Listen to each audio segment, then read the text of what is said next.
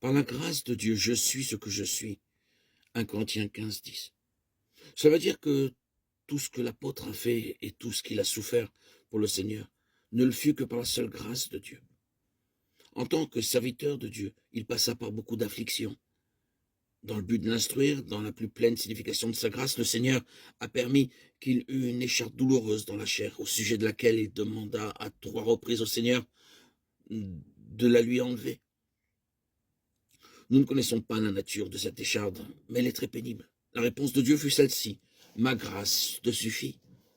Plus tard, il rend le témoignage suivant: c'est pourquoi je me plais dans les faiblesses, dans les outrages, dans les calamités, dans les persécutions, dans les détresses pour Christ, car quand je suis faible, c'est alors que je suis fort. Nous voyons ainsi que toutes nos peines sont permises par Dieu pour nous enseigner la signification de sa grâce et pour nous permettre d'en jouir. Même le plus faible croyant au monde peut devenir fort en proclamant sa grâce. Il n'est pas nécessaire que nous soyons tristes ou abattus à cause de nos faiblesses et de nos limitations, car nous avons un libre accès au trône de la grâce. Le Seigneur a traversé en notre faveur toutes les tentations possibles, et il est demeuré cependant sans péché. C'est pourquoi il intercède maintenant en notre faveur pour toutes nos faiblesses humaines. Quand je vois que les forces diminuent et que la tentation devient trop forte, lorsque ma foi baisse de plus en plus et que le doute remplit mon cœur, je dis: Seigneur, Jésus-Christ, tu es mon souverain sacrificateur, veuille donc intercéder en ma faveur et relève-moi. Accorde-moi maintenant ta grâce abondante.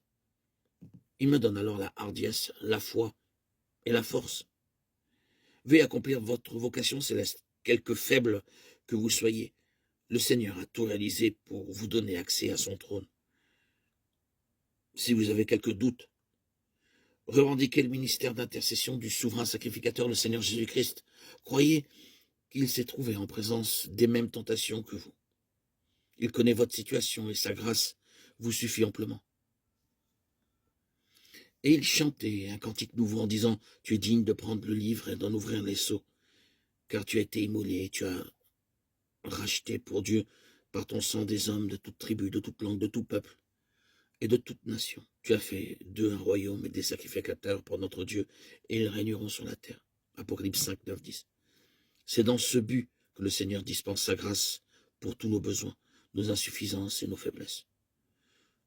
Nous pouvons la recevoir en nous présentant devant son trône de grâce, quelles que soient nos épreuves, nos tentations, nos afflictions, nos peines. Sa grâce nous suffit.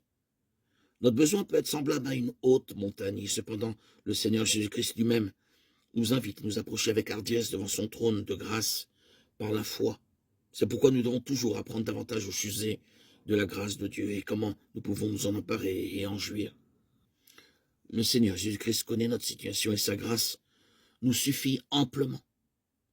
Que le Seigneur nous enseigne à proclamer sa grâce pour notre vocation céleste, frères et sœurs en Christ. Bien-aimés. Amen, alléluia.